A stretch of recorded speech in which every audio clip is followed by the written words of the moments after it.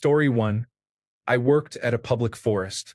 One day someone reported a dead animal beside one of our trails. A few of us from the front desk hiked out to see what it was.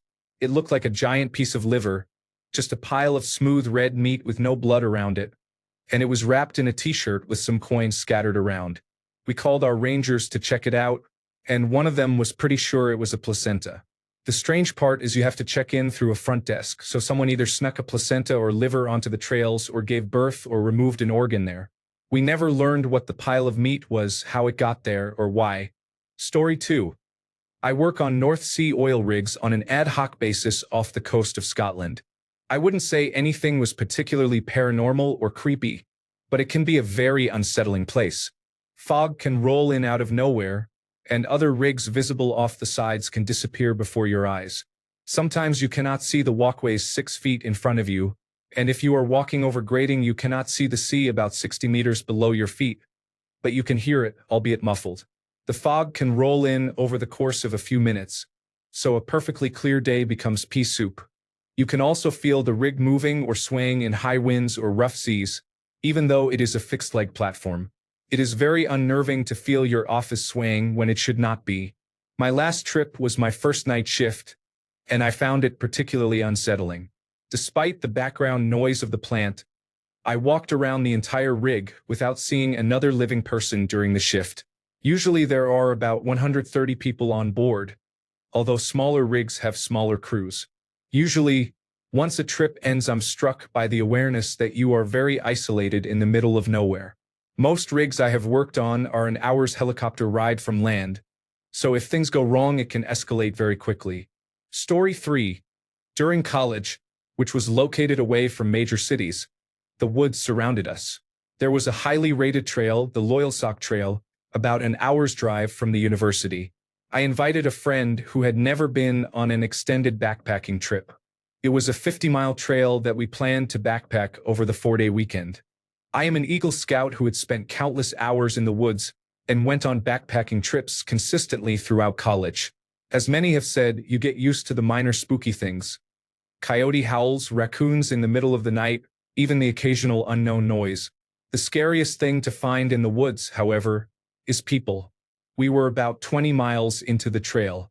Being in Pennsylvania, where underbrush and trees line the trails densely, I always walk about 100 meters off the trail to reduce the chances of me disturbing people or people disturbing me, especially in the early morning when I choose to sleep in.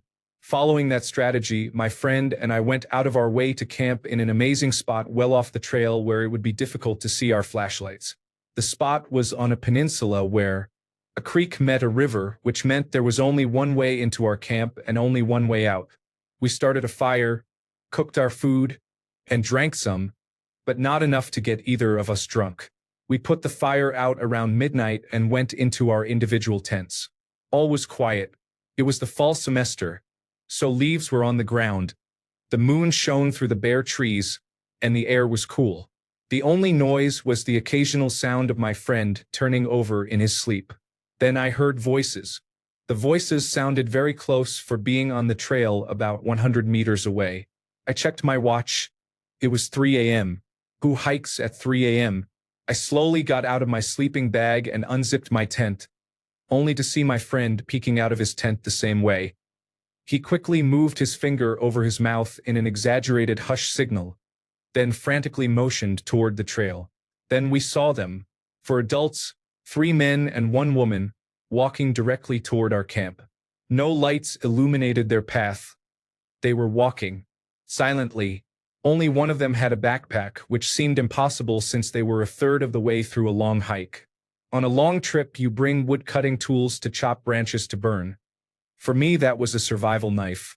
Grabbing the knife, believing it was my only way of defending myself, I was more disheveled than I had ever been, especially knowing that a knife is barely defense at all.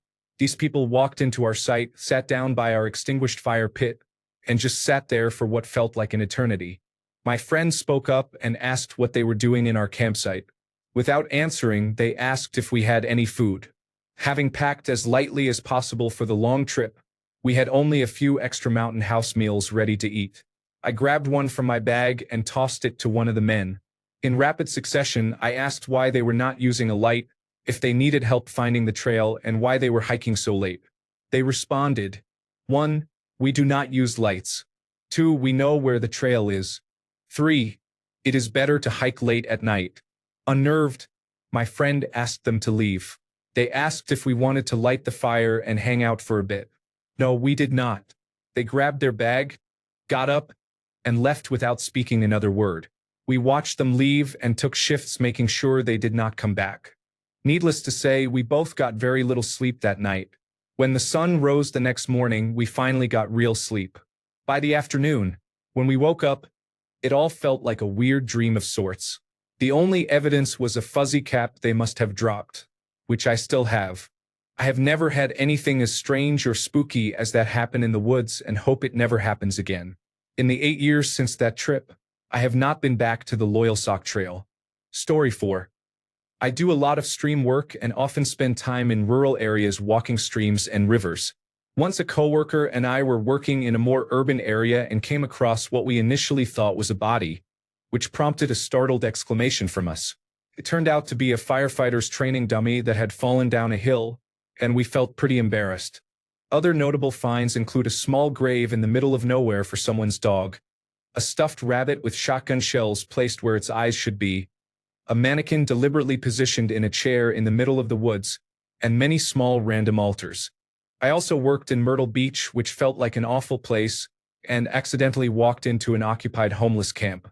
I was peering into a stormwater grate when I looked up and saw a homeless man standing in his shelter staring at us without saying anything. We felt like we were trespassing, so we quietly left. Story 5. I used to work on a ship, and we were usually gone 3 to 10 months at a time. I worked night shift, so I slept in the sleeping quarters during the day, often alone or with a handful of other crew members. Usually there were 20 to 30 of us. It was not so bad. I actually liked it because it was more peaceful sleeping during the day. You did not hear anyone snoring or footsteps when someone had to get up. All you could hear was the light creak of the walls and floors and feel the sway of the ship on the ocean. A bit haunting and creepy if you really thought about it, but I liked it. All that ended when, for a short period, there were literally only 2 of us in the room, or at least that is what I thought. I started hearing light taps across the room. At first they were faint. Then they grew faster and sometimes louder. I ignored it at first because it was merely annoying. I looked where the other guy was sleeping and he seemed fast asleep, snoring lightly. On the second day, it happened again. I tried to follow the sound, but it bounced around the room like an echo before coming to an abrupt halt.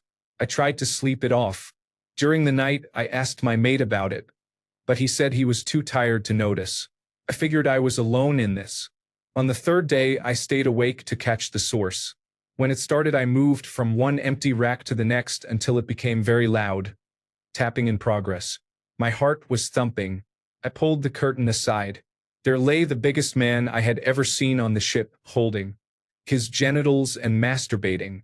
I had rehearsed a speech in my head for keeping me up for days, but at that moment I had no idea what to say. I made a small sound. I never thought I would be locking eyes with another man while he was masturbating when I began this pursuit. I tried to show my annoyance. It came out as an apology, followed by, "I keep hearing tapping noises." He did not say anything, but then I realized his elbow, the arm he was using, was resting on the wall and causing the tapping. I did not wait for a reply. I nodded, rolled my eyes, and walked away. It will never be easy trying to avoid a big man like him every day in the same sleeping quarters. Story 6. I used to be a supervisor for a janitorial company, and a couple of times a week I had to go to a middle school to clean the hallway floors and gymnasium with a Zamboni-type vehicle that mopped and scrubbed the floor. When I was there, I had the whole school to myself. I usually finished quickly and went to the library to read while I ate my dinner. One morning after finishing, I got a call from school security asking me to come in. When I arrived, I saw a police car as well. I thought, oh, they asked me a few questions, such as whether I had noticed anything out of the ordinary while I was there the night before. I had not, since I usually wore headphones. Security then showed me camera footage of someone breaking into one of the classrooms while I was riding the Zamboni, not far away. I stayed for another 2 hours. Nothing was stolen, but the worst part was that they did not have footage of the person leaving. They did not go out the way they came in, and the police had to sweep the entire school. I never did find out what happened. Story 7. On our drill ship, built in China, we noticed on the drawings that there was a room. We went to look for it and couldn't find an entrance, but the spacing made it obvious there was an extra compartment. It might not sound creepy unless you've been in these shipyards, where two things are known to happen: stowaways, which I doubt in this case, and hundreds of workers following orders blindly. We confirmed the room had 6 sides, yet not a single weld on the outside. There is only one way this could have happened. They must have welded the room from the inside and then realized there was no way out if the gases did not kill them first. There is an oppressive atmosphere around that room. People say they hear things. I have heard things myself. This is not some old ship. I rode it from China to Amsterdam after completion, and then on the maiden voyage to America. I guess it happens quickly. Story 8. When I was 15, I was delivering newspapers at 4 in the morning on my bicycle. While I rode into the yard of one customer, I saw 2 men with flashlights looking through the house windows. I was shocked and said good morning. They looked just as shocked, and an awkward silence followed. I tried to break the silence by asking if I could pass so I could deliver the newspaper through the door. One of the men said the resident had done something to his family, and they were using the moment to escape in a car that was still running. After they left, I rang the doorbell to tell the occupants what I had seen and to ask them to be on the lookout. Story 9. We were wrapping up for the day in northern Canada. I was fueling up the side boom and was alone because I was tired of listening to the laborers complain about the cold. So I told them I would take care of the rest. It was like a bulldozer without a blade, with a giant metal boom on the side used to raise and lower pipe. It was February and pitch dark. I kept hearing a weird sound but could not make it out over the pump, so I searched around a couple of times and saw nothing. I got in the truck, drove past the front of the side boom, and saw a cougar sitting on top of a dirt pile about 15 feet away. The animal was just watching me and probably could have ended me without my even realizing it. I had never seen a cougar in the wild before, and it was hard to understand how big and powerful they are until you see one up close. It leaped off the 6-foot pile and probably did not touch the ground for 15 to 20 feet. It was terrifying to think something so big and powerful could just be sitting there deciding whether it wanted to make you dinner. Story 10. I'm not sure this counts, but I'm a teacher at an urban public school. I was at work late, grading and preparing for the next day. Time flew by, and before I knew it, it was 7 p.m. I started packing up to leave in a building that was supposed to be locked and empty except for me when the alert, lockdown, inform, counter, evacuate alarm went off, indicating an armed intruder in the building. I was alone, young, and extremely frightened because I was not prepared to confront a gunman over my lesson plans. I ran out of the school and jumped into my car, hearing the alarm blare the whole time. I peeled out of the parking lot and saw in my rearview mirror the alarm lights still flashing. I seriously considered never going back. I later learned they were doing routine maintenance and had not sent an email to teachers. Story 11. My mother lived in a small town in the Cascade Mountains and worked as a forest ranger. The creepiest thing that happened was when an older ranger repeatedly hit on her and tried to get her to come home with him. Years later, after she had left town, she learned he had been convicted of manslaughter for killing a young female ranger right before my mother was hired. She would likely have been his next target. Story 12. I am a little late to this thread, but I hope this does not get buried because this story still haunts me. I worked as the county historic preservationist in southern Appalachia, maintaining the buildings and properties the county owned. One of the benefits of the job was living on site at one of the historic properties. The main house was an imposing brick mansion built in the 1810s, and I lived in a small caretaker's house, about 20 feet away. This was in the backwoods, so to deter trespassing and vandalism, the county had built an 8-foot fence around the entire 5-acre parcel and put barbed wire on top of the fence. I mention this to show it was basically impossible for anything to jump or climb over the fence and onto the property. One night, after working late at another property, I pulled up to the entrance gate, let myself in, locked it behind me, and drove the 100 yards down the gravel road to my house. There were no lights on the property, so I could only see by my headlights. As I turned my car around the corner of one of the outbuildings and parked, my lights shone on a creature I still have a hard time describing. It was the size of a deer, but with long, spindly legs and long, shaggy hair, almost like a taller maned wolf if you have seen pictures of one. That alone unsettled me, since there was no way something that size should have been able to get through or over my fence. I stepped out of my car to get a better look, and as I opened the door, the creature took off running away, not on 4 legs but on 2. I watched it raise its back, stand at full height on its hind legs, and sprint away. I panicked, grabbed my flashlight and my shotgun from inside, and tried to find it again. There was no trace, no tracks or any sign. I had no idea how it had entered or left the property. I could not sleep that night. I sat on the couch with my shotgun, watching the front door, hoping what I had seen would not return.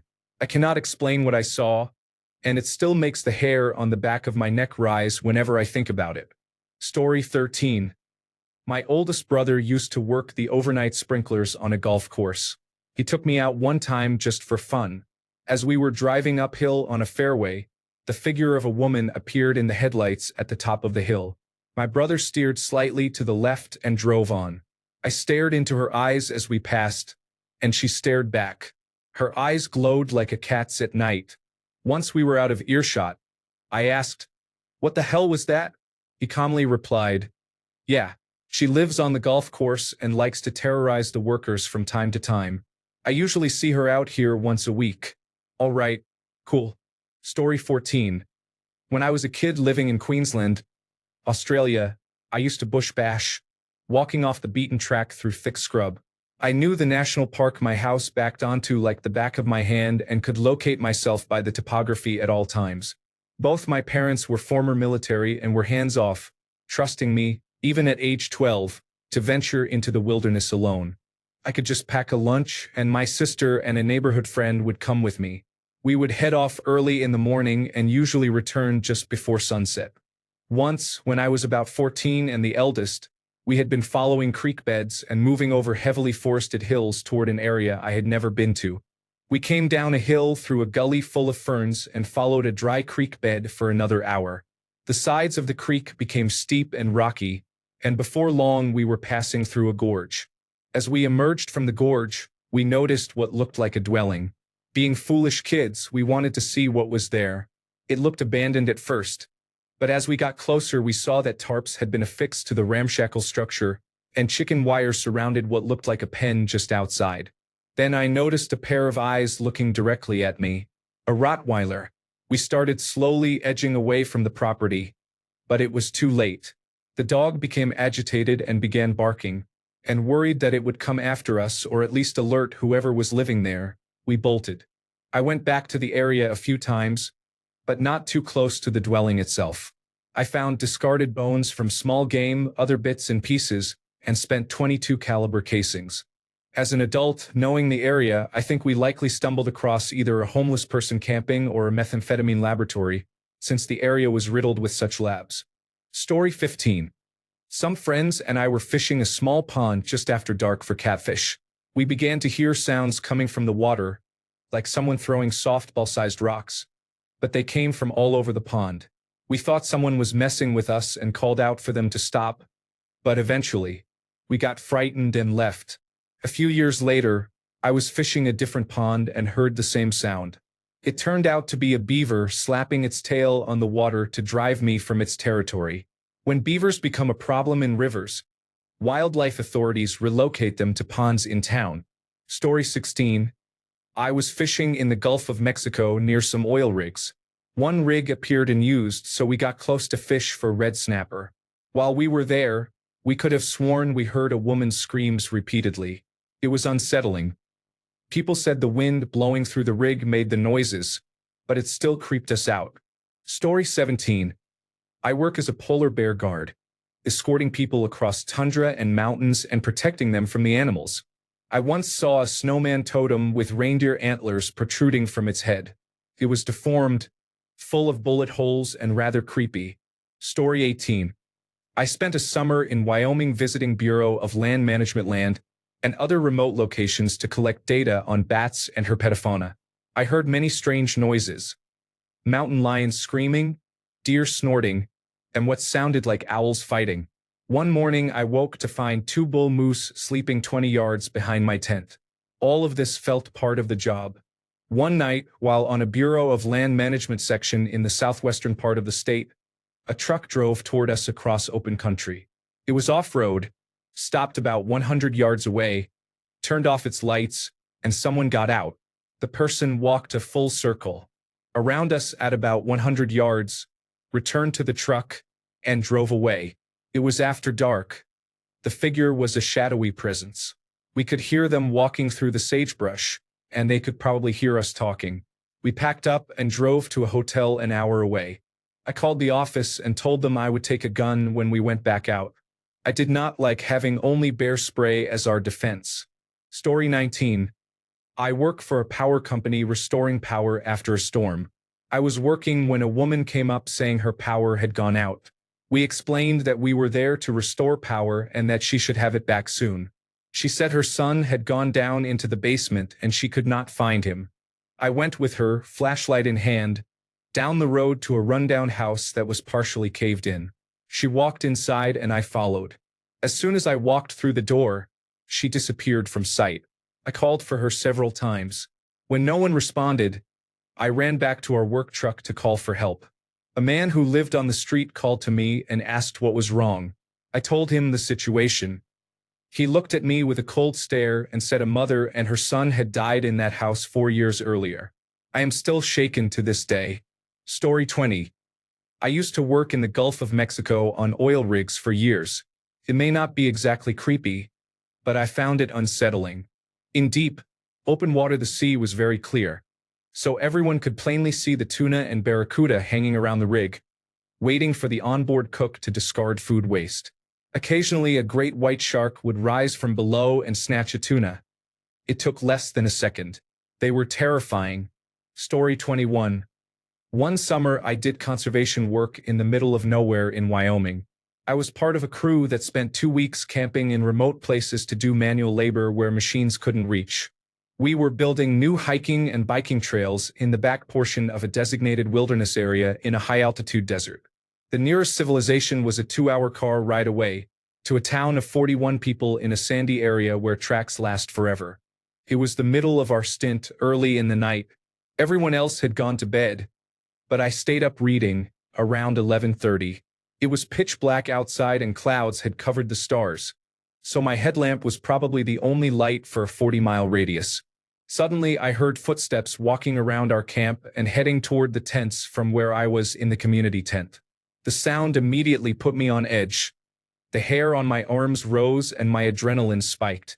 I remember thinking two things were very wrong. The person was not using a light, and the footsteps were moving away from the tents rather than toward them.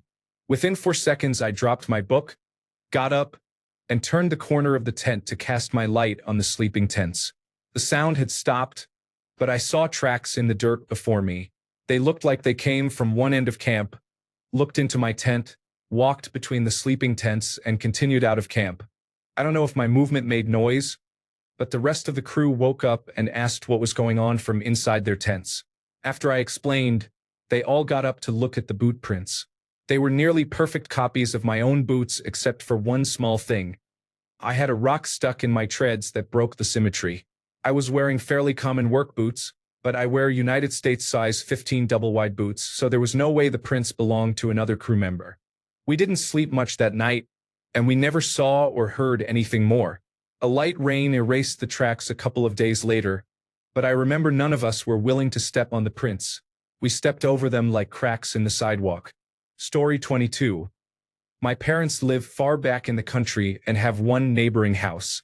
The neighbors let their basset hound out for about 10 minutes each morning to use the bathroom. One morning he did not come back inside. After a few minutes, the neighbors walked to his usual spot and found remains. From the tracks, it appeared a mountain lion had ambushed him and carried the body away. The creepiest part was that the family had not heard a sound. Story 23. I spent several seasons working at a remote field camp in Antarctica, over 1,000 kilometers from the main station at McMurdo. Every once in a while, a skua or an Antarctic tern would accidentally end up following one of the small planes, a twin otter, out to our camp. Once there, they were basically stranded with no way to get back to the coast.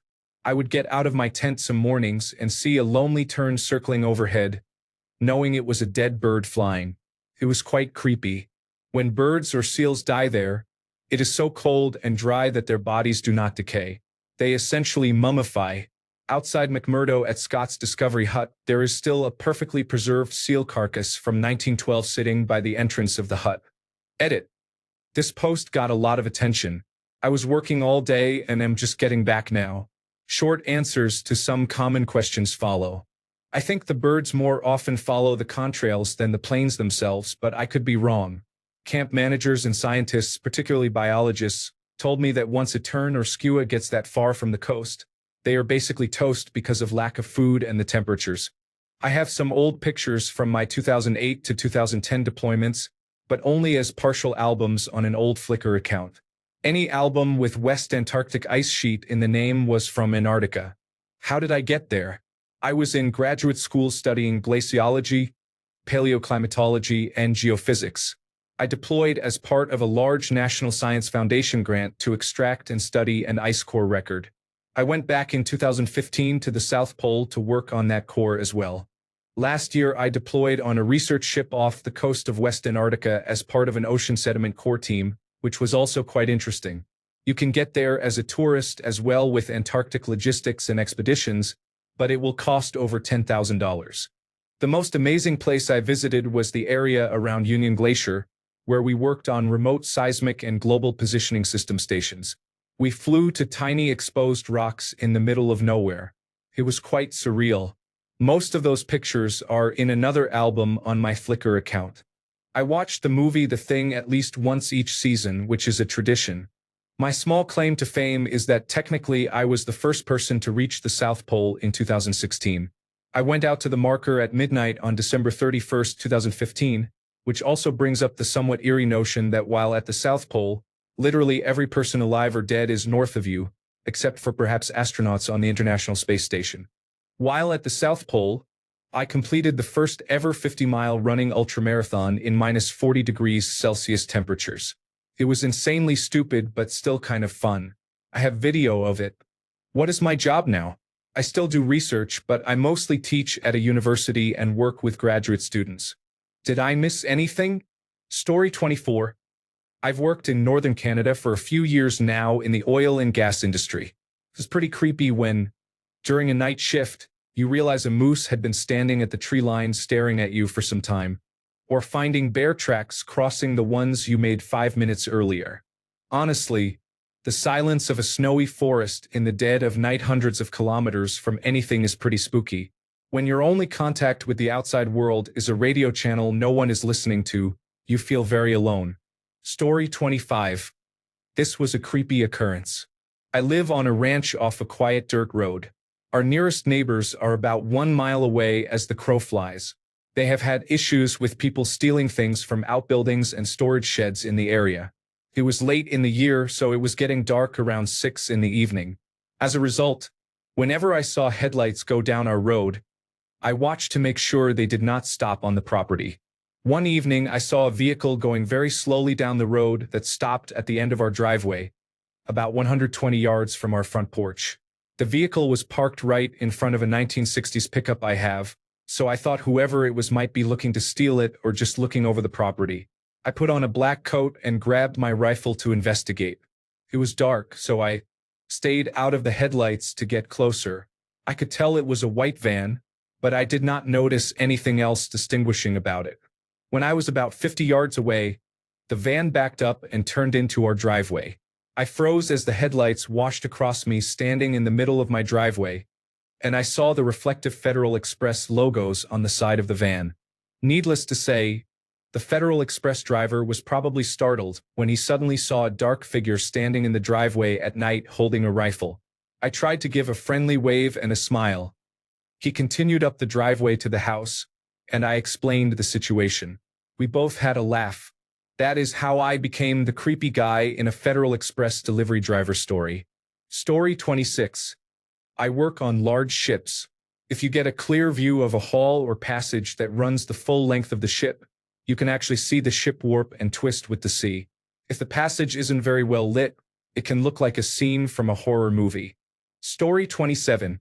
I spent some time in the peat swamp forests of Borneo studying wild orangutans. We went into the forest very early, around 4 a.m. One morning, a clouded leopard was on the trail we used to enter the forest. It was crouched there watching us. We shouted and tried to act big.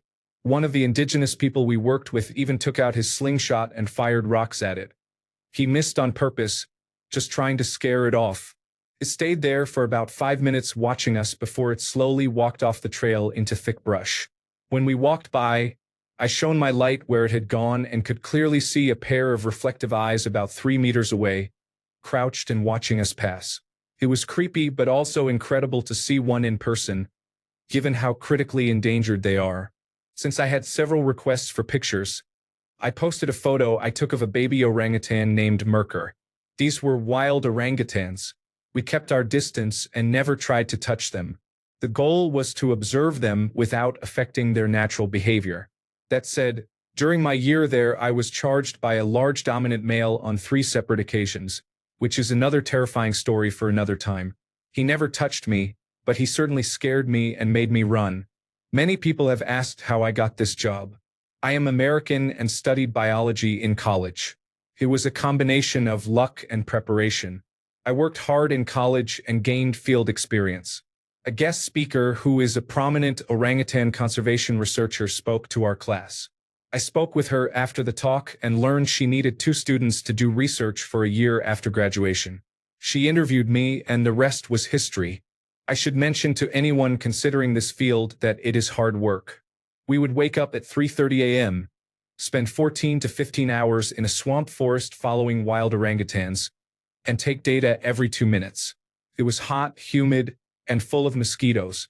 There was no communication with the outside world except on our days off, when we could walk about 15 minutes to a tree stand and sometimes get 1 bar of service to send a few WhatsApp messages to family. The camp had about 15 people, and we would spend 2 to 4 months there at a time before returning to the city, Palangkaraya, to bring back samples. The research took place in central Kalimantan, Borneo. It was an amazing experience. I saw animals and insects that blew my mind, and I miss it all the time. I am happy to answer more questions in private messages as long as I am not flooded. Story 28. I work for a medical examiner and used to work the graveyard shift alone. The first night I was on, at midnight exactly, our air system shut off, which caused the vents to warp. It sounded like someone running through the vents in the ceiling on all 4s. Thankfully, I got used to it and was laughing out loud, but it was definitely creepy at first. Another night we lost power, and foolishly I had been watching a horror movie while working. So I almost soiled myself when everything went dark and I knew a room with around 30 dead bodies was within walking distance. That night I stayed in my car. Not to mention the constant long, dark, red-lit hallways. I am glad I am not on overnight now. Thanks for the silver, kind stranger. My first silver on Reddit. It only took 5 years and a lot of lurking. Look at me now, Mom. Story 29. I was working on a ship sailing in Alaskan waters. It was my first night seeing the northern lights. I couldn't believe how awesome it was. The lights made the sky look clear and the night like dusk. We could see for miles. A few buddies and I went to the roof, which we call the Lido deck, at 1 a.m. to gaze. An hour or so later, there were 6 of us on top, nearly the entire crew. A big white spotlight shone on us. We were near land, but the spotlight was over the water and too high to be from a ship. It shone on us for about 15 to 20 seconds. Once the light turned off, we looked for the source but saw nothing. No sign of an aircraft. A couple of minutes later, the same light shone on us again, this time on the other side of the vessel, above the mountains. Still, we could not see what it was. We had never seen aircraft hovering above these waters, especially at 2 a.m. We do not know what it was.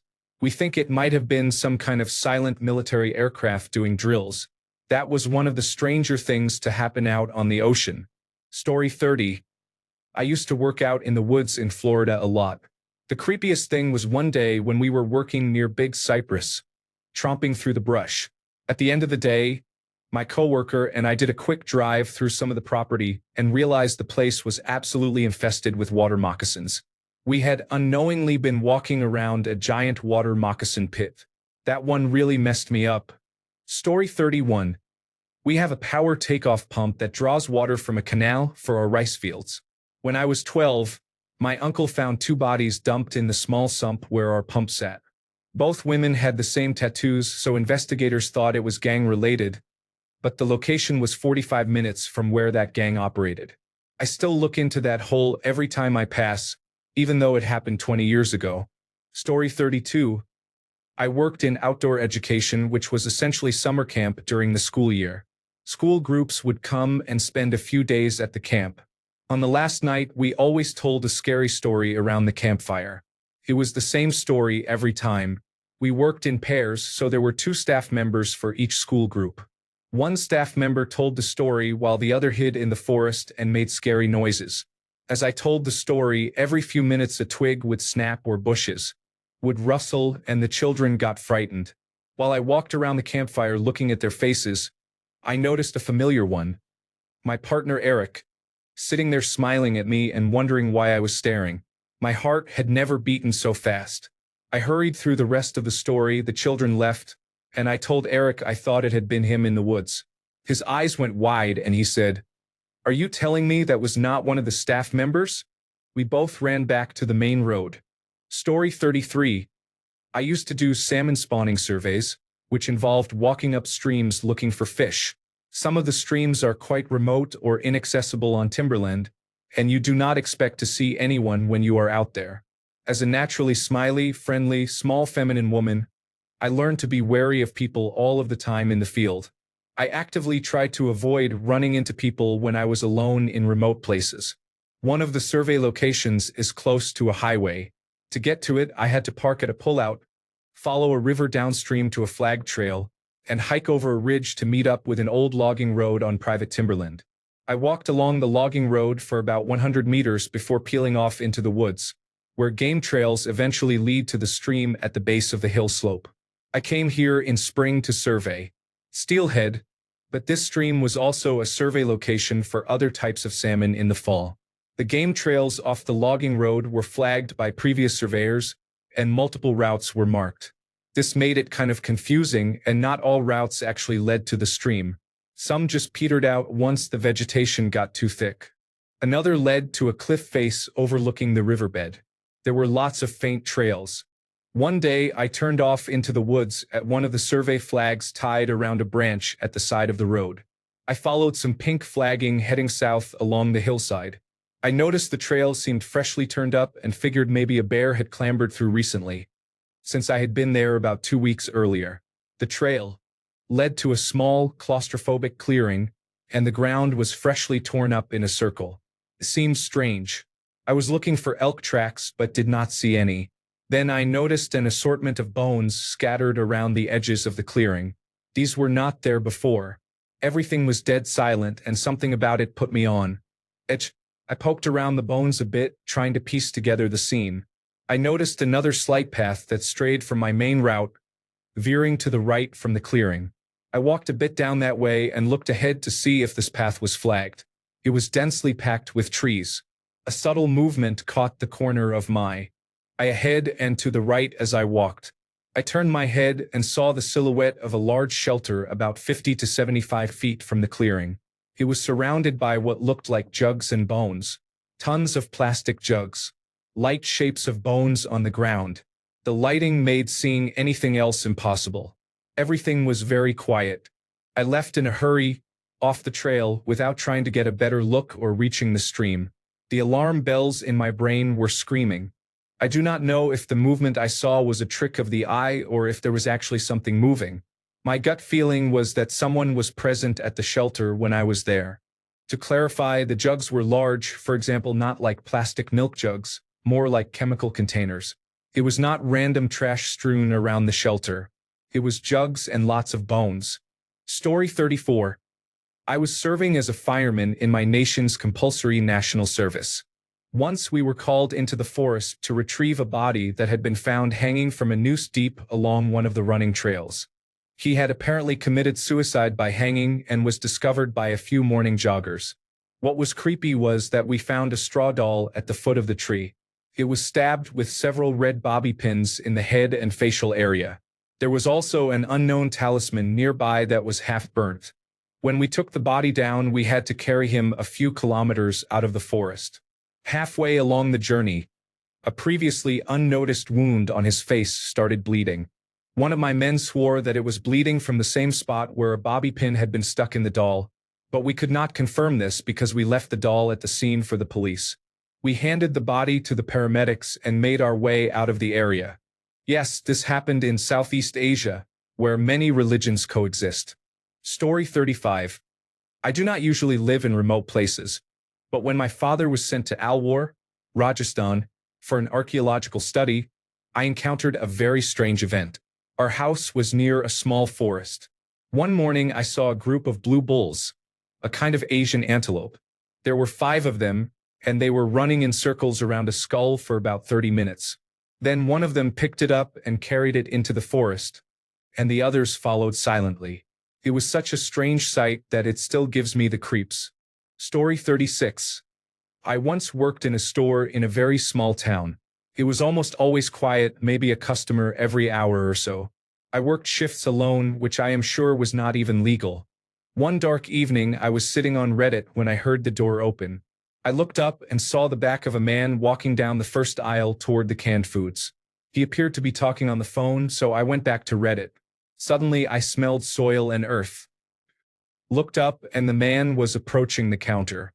He wore overalls and his face, hair, and clothing were covered in dirt. Then I noticed he was not on the phone at all. He was talking to himself in a bizarre, high-pitched tone and making a strange, childish laugh. I was frozen, thinking I was about to be attacked, when a police officer rushed through the door.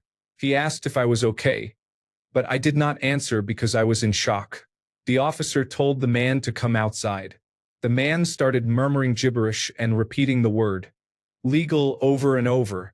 They grabbed him and put him in the back of the police car. That was the last I ever heard of it. I had no idea who he was or what was going on, and I had never been so afraid of another person. I was very grateful the police arrived when they did. Story 37. I used to do agricultural work, alone in a field for 10 hours a day. The number of times I heard running and looked up to see nothing was horrific. I was sure it was animals moving between the trees for a time. The strangest moment came when I heard it loudly from a row of trees beside me. I immediately ducked under the branches to look for the feet of whatever animal was running, but there was nothing. I remember trying to stay calm, walking quickly to the restroom, and sitting there for a long time before returning. I never thought I would be so frightened in the daytime, but there was no one nearby for some distance, which really heightened my imagination. Story 38. During my brief stint as a rural health nurse, I was unnerved by how many families I worked with still practiced ritual animal sacrifice, even though on paper they identified as Catholic. Story 39. I worked in a salt mine under Lake Erie a couple of years ago. Generally, when things are brought down, they are never brought back up. It takes a lot of time to disassemble everything on the surface, secure and cover the parts, and put it back together underground, and vice versa, so there are tons of old trucks, tractors, and countless other things lined up on the far side of the mine. In the 1980s, researchers from the University of Michigan and the University of California, Irvine, were studying proton decay and trying to capture measurements if it actually happened. Conducting this experiment on the surface is problematic because of cosmic rays and other interference, so the mine was chosen since 2,000 feet of earth absorbs almost everything. They dug out an underground pool about 80 feet by 70 feet, filled it with 2,640,000 gallons of purified water, and placed cameras and other equipment around the sides. They had a shop, a laboratory, and a dive center down there. I do not think they ever captured a proton decay, and eventually the grant money ran out. The mine put up some caution tape on the main steel door leading to the study, and that was that. Fast forward 20 years. I was working there as an electrician and had a job to fix a large conveyor motor drive, so I set off to salvage parts from old equipment. One of the old-timers told me there was a bunch of abandoned equipment in an area by the main elevator. I went over there and found a big steel door falling off its hinges with very old caution tape lying on the ground. The whole facility was accessed through this one door, which had been cut into the rock, so over time the surrounding earth had crushed, bent, and pushed the entrance. After several tries, I yanked the door open and stepped inside, only to be startled and step back when I saw a full scuba outfit. Wetsuit, mask, belt, gloves hanging 3 feet inside. I collected myself and realized I had not actually soiled myself, and then went in past the hanging suit. Everything inside was left exactly how it had been 20 years earlier. Coffee cups, day planners, job schedules, tons of scuba gear, oxygen fill tanks, and computers. I made it about 10 feet to the edge of the pool. It was hard to tell if the water was still there because there was no air movement, but eventually I saw that it was more than 60 feet of purified water in a totally dark pool. The sight of a huge black pool in a huge dark hole, lit only by the small amount of light from my headlamp, and the absolute silence of being underground made me very uncomfortable, so I left in a hurry. That is my story. It is not particularly scary, but all that equipment, nearly perfectly preserved in such an unexpected place, always felt creepy to me. Thanks a bunch for sticking around till the end of the video. Remember to subscribe, and until next time, stay awesome and goodbye.